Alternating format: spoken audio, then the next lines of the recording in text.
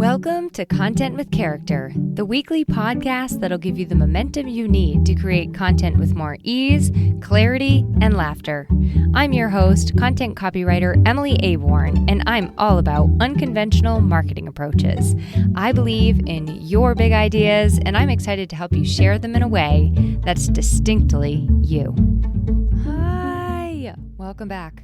One thing I have noticed lately is that people are not feeling very safe to engage on the internet. In a world full of loud opinions, and let's just say it, people are tearing each other down left and right, it doesn't always feel safe out there to contribute your thoughts and ideas. I know that even in other circles, not on the internet, I've held myself back so many times on speaking up with an idea because I did not feel safe to share it, sharing my viewpoint or my perspective. In my opinion, being a person who can actually help to create or to foster psychological safety, it is one of the most powerful and underrated elements of running a business and most certainly effective marketing. So don't worry, I'm going to define what this term even means. We're going to talk about building trust, and not building trust just for clicks and hearts, but really being a person who creates spaces and places that people want to and feel comfortable to return to. Now, as I said in the last episode, this month we are focusing on some of that internal stuff around content creation. And I know it's summer and you're like, I just want the light and the fluffy and being outside. That's exactly my point, okay? That's why we're going inside with some of these bigger picture things. We're going to do a little bit less of the tangible, actionable stuff, so you don't have to be inside. You can enjoy time away from your desk to reflect without feeling like you need to implement one more thing this summer. None of this is kind of like, here's the blueprint to get started right away. It's just kind of the stuff to think about. So on that note, today's topic is perhaps a little unusual. I'm not really sure where the idea came from. Just kidding. I remember I was writing some blogs for an executive coach about how to create psychological safety in the workplace. And as I was going about it, I said, ooh, this would be a great topic for us to talk about on the podcast, something to consider as business owners, and maybe even as it relates to our content and our marketing. So, okay, I'm realizing I need to define this before I go much further. So what is psychological safety? Psychological safety is a feeling that you won't be punished or judged or shamed when you show up honestly. It's a feeling that you won't be punished, judged, or shamed when you take risks, when you make a mistake, when you share opinions or thoughts or ideas, or when you ask for help. So even if you go ahead and challenge the status quo, you're still comfortable or feeling safer that you can still do that without worrying you're going to be like attacked or ripped to shreds. Now, my friend Karen Kenny actually recently just did an episode on safety, feelings of being safe. It was called Safe Enough, and I'll make sure there's a link to that in the show notes. But one thing she did say, and I think this is important too, is that we can try our darndest and we are not going to be able to make everybody feel safe. We can't define safety for somebody else, but we can do our very best to create environments where people do feel comfortable. They aren't being punished or judged or shamed when they show up, okay? We give them space and permission to take risks and make mistakes and share their opinions and thoughts and ideas and ask for help. Even if they challenge us, even if they challenge the status quo, we can still do that without them feeling attacked or ripped to shreds. And yes, I just repeated the definition twice. That was intentional. I really want it to sink in. So in our content and throughout our communications, psychological safety is really this space where you are allowing other people to feel seen, heard, and helping them to be understood or helping to try to understand them. It's a place where there's not going to be like hidden pressures or manipulation or tactics, okay? And it means that people feel welcome to share their own voice, their own experience, go at their own pace. So perhaps you're kind of like hearing the definition and hearing what it translates to, and you're like, wow. How do I do this? Why does it matter in the first place? Great questions. I'm so glad you asked. Number one, it is a major trust builder. It really is a huge builder of trust when you start to help people to feel seen and heard and understood, and when you really show that you are the kind of person that wants to do that. Secondly, the world needs more safe, steady, compassionate voices. Third, it really inspires a real engagement and a real connection that is based on like other people's true selves and your true self. And lastly, in my opinion, I just think it is grounds for long-term relationships and true collaboration. I have a collaboration right now that is a great example of this. They are themselves, I am myself, and it feels so wonderfully freeing and joyful and inspiring. It is one of the best collaborations I have ever had. And so that comes from just us allowing each other to fully be ourselves. When you and what you are creating feel safe, people start to open up. And it's not even just to you, but they also open up more to themselves. Like you're inviting somebody else to get honest with themselves and other people in their lives by simply providing them that non-judgmental, compassionate space. My husband and I often play these like conversation starter games or hypothetical question games. And one of my favorite is, if you could go back and just change one thing, what would it be? Or change just one thing, what would it be? If I could go back and change one thing, let me tell you, it is a big thing. I would have followed my heart and my curiosity, and I would have studied sociology, anthropology, or psychology back in college, back in school. I almost went back and got my master's in counseling, but the student loans on top of the ones I already had scared the bejesus out of me. So I would have loved to go deep into the bowels of like psychology in the name of helping other people understand themselves and make the world a better place. But I did I did my best without actually majoring in that. I read a ton on my own. I still do read constantly. I listen, I learn. I love watching what makes people tick and observing how our various brains work. And still, I remain ever fascinated in doing so. I share that to say that today, as a copywriter and in marketing, I get to use a good amount of psychology in my work, actually. And that is what pulled me towards this topic. Once I discovered psychological safety and how you actually can relate it to your marketing and your business, I could not unsee this thing. So that's what we're going to get into. We're just going to get into the 5 elements of creating psychological safety, starting in small ways and looking at like how we can help people to open up.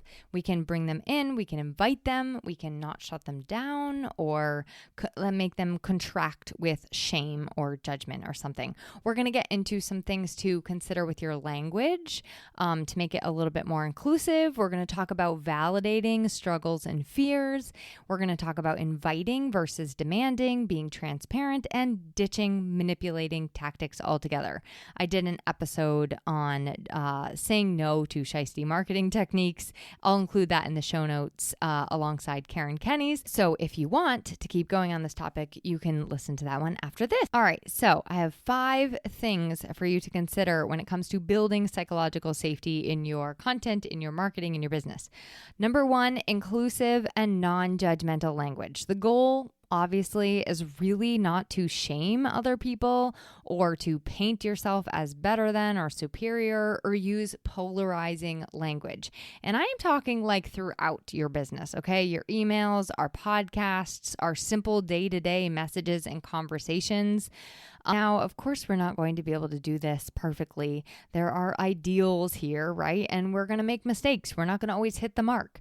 And I want to remind you of that because I need to keep reminding myself of that too. But let's get into some of the specific things, that examples and alternatives of these absolutes, okay? So some examples of like absolutes or maybe shame-inducing statements are things like this. If you're not doing this, you don't want to succeed badly enough. Or only amateurs still do it that way. Or either you're serious about your business or you're just playing pretend. Real entrepreneurs wake up at 5 a.m., period. No excuses, real results, just results. If you're not uncomfortable, you're not growing. I mean, ew, come on. These are obviously polarizing, as you can see, in that they only show that there is one right path. And if you're not on it, you're less than or lazy. So then they make you feel shame or whatever other feeling. There is, in those statements, zero room for nuance, individual context, neurodiversity, struggle, different values, all that kind of thing. And these sometimes are disguised as like motivational quotes, but I find them to be often inspiring shame and pressure and making me feel like crap. They scream guilt and comparison. They don't inspire change. So instead, we want to use words that invite dialogue, not polarizing, not black and white, not debate. For example, here's what I found to be helpful lately. What do you think? What's working for you? What do you want to take from these examples? Take what works, leave the rest. Which one jumps out at you? Have you ever felt this way too? Like, these are wonderful, open-minded ways to engage in a conversation. It's not a I'm right, you're wrong. It's a more humble, conversational, this is just my experience, that kind of approach. And as a result, people then want to open up and they want to share what they're feeling and expressing. And maybe it becomes even an opportunity where you're strategizing and brainstorming and learning from one another because you feel safe to do so. Magical. The second way we can create, so the first one is inclusive and non-judgmental language. The second way we can create psychological safety is by validating and normalizing struggles and challenges. Do not even get me started on how fast websites go from barraging you with pain points to that black and white, you're broken, here's your solution sales pitch. There is so much content out there. I'm sure you're well aware of the content that preys on like our insecurities and makes us feel broken and less than so that we buy. You get to be different. You can show them that, you know what? I'm not going to make you feel broken. I'm not going to make you feel crappy and insecure before you buy. I'm going to show you that I really understand what you are going through. And more than that, it's normal. It's valid. What you feel is valid. You're not experiencing what you're experiencing because you're broken or you're coming from a deficit. Empathy, in my experience, in our marketing, in our businesses, it goes a long, long way. And I think another way of doing this is by not declaring why somebody might be feeling whatever they're feeling. I've seen a lot of marketing that's like, you feel this way because this. It's like, you don't know me. You don't know my family. You don't know my struggles. So instead of that, instead of showing them this is why you feel the way you do, or the reason you feel the way you do is because you don't have whatever I'm selling, you might show them that you see them, you're stuck, and you know what? It's fine. It's part of this whole entire creative journey. It's called life. So let's accept that and let's just talk about some of the potential ways forward. So the tangible way to really act on that is when you do speak or when you emphasize pain points, bring in this understanding and compassion. Okay. Just come from a place of understanding and compassion in your heart, not feelings of shaming somebody or making them feel behind. I recently did this on an interior designer's website I was writing. The clients that she was serving actually did have some pretty big pain points. And so one of the ways we did this to not make them feel shame or behind or like a piece of crap is that we brought in that real big pain point, but then at the end we showed, you know what, this is really dramatic and it's really affecting so much of your life, and I do not want that for you, and there is a better way. So when we put the copy together, the compassion was really exuding off the page with not just yeah, this is your problem and you need my service, but more of even if you don't choose me, even if you don't come to me for services, what you're feeling is real, okay? And so it was just all about tapping into that and coming from a place of really wanting to help them see that there are possibilities, there is hope, there is a way forward. This is where they are now is not because they are broken. It's not because they're deficient. It's not because they need what you sell, basically. Number 3 is inviting versus demanding. should alert. Whenever I hear the word should or must or have to, I run for the hills. I just run straight for the hills. I mean, I live in the hills, so it's pretty easy, straight shot. This is a switch I have been working on in my own language too. Sometimes when I get an idea for somebody, I get super excited and I'm like, oh my God, you should do this, or you have to try this, right? So when I catch myself, I will simply switch that to you could try, or hey, if it feels right, you might, or I would encourage or invite you to, or I just ask them a question and I skip all of that. It's a really good reminder throughout our messaging and our businesses too. Switch should to could, invite with a might. Because your way is not always going to be the right way for somebody else. And just keep that in mind. Number 4, build psychological safety in your business and in your message and in your content by being transparent about your intentions. I did an episode, like I said, about not being shysty in our marketing. I'm going to include that in the show notes. This falls into that. In essence, this is about not having some sort of like hidden agenda or being slippery or squirrely or shysty, not trying to manipulate people, not trying to offer them more than what they actually need, right? Okay. Not delivering false promises or tricking somebody or over-promising. Just be real, transparent, and clear. I think we're all a little bit over the quick clickbaiting webinars, the opt-ins, the offers. We just want to know who it is for, who it is not for, what I'm going to get, and what I'm not. That's it, plain and simple. Transparency is respectful and kind, and it is also building psychological safety. And lastly, number 5, along those same lines, we can encourage, we don't want to manipulate. I'm so done. As you may have guessed from this episode, I am so done with fear-based marketing. Cannot.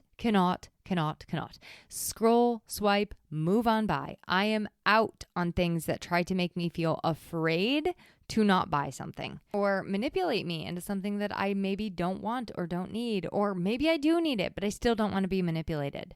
So that's number 5, is just encourage, don't manipulate.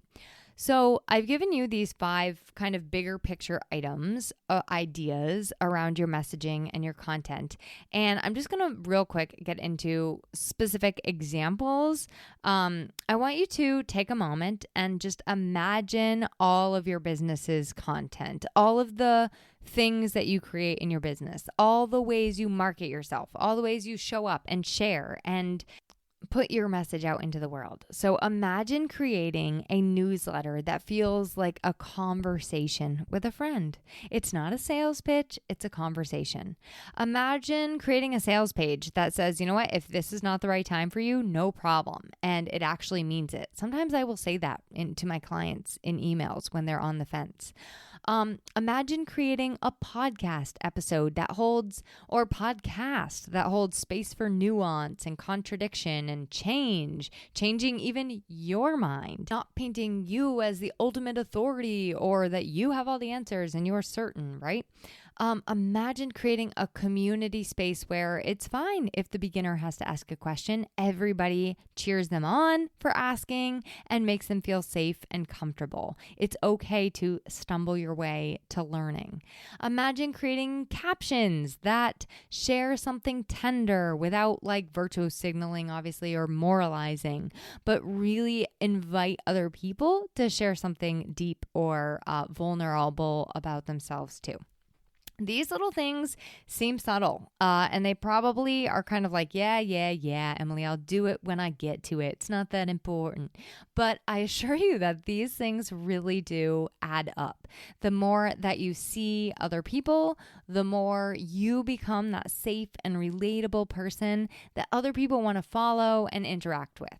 So I'm going to just go ahead now and toss the ball, and we're going to wrap this sucker up. I'm going to toss the ball into your court, and just give you 3 things to kind of reflect on. So for yourself, think about, and I'm going to be thinking about this too, where might your messaging or your website or even the conversations that you have with potential clients and with your community, where might those be unknowingly creating pressure? And I know I said unknowingly, but you'll know it when you think about it. Hopefully. If not, get help. Where might your business be creating pressure for people?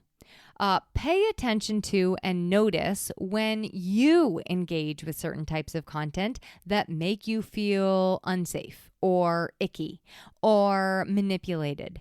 And then really look closely at those pieces of content out in the wild and ask yourself how you can reverse engineer it. Like, how can I make that feel not that way? Maybe even practice with somebody else's piece of content and you flip it so that it gives feelings you would want to invoke. Invoke. I don't know. Just go with it. I think it's evoke. See, it's okay to make mistakes here. Okay. And my last reflection question for you is, what would it look like to show up as a safe, steady presence, not a persuasive one, if in fact you are? So think about that and really come from a place of openness and respect and invitation. And when you do, you find that you become the person that people return to. You become that voice that people want, not just for your expertise, not just for answers, but also because you make them feel really seen, heard, understood, safe. You make them feel peace.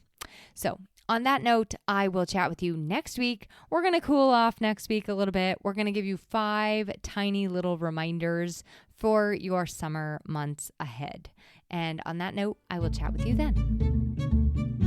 Thanks for listening to this week's episode of Content with Character. If you loved the episode, please make sure to subscribe to the podcast, rate, review, and share it with someone else you know it could help. For more content and visibility tips, visit my blog at emilyaborn.com and be sure to connect with me on Instagram at emilyaborn. I'd love to hear how this inspired you to take action.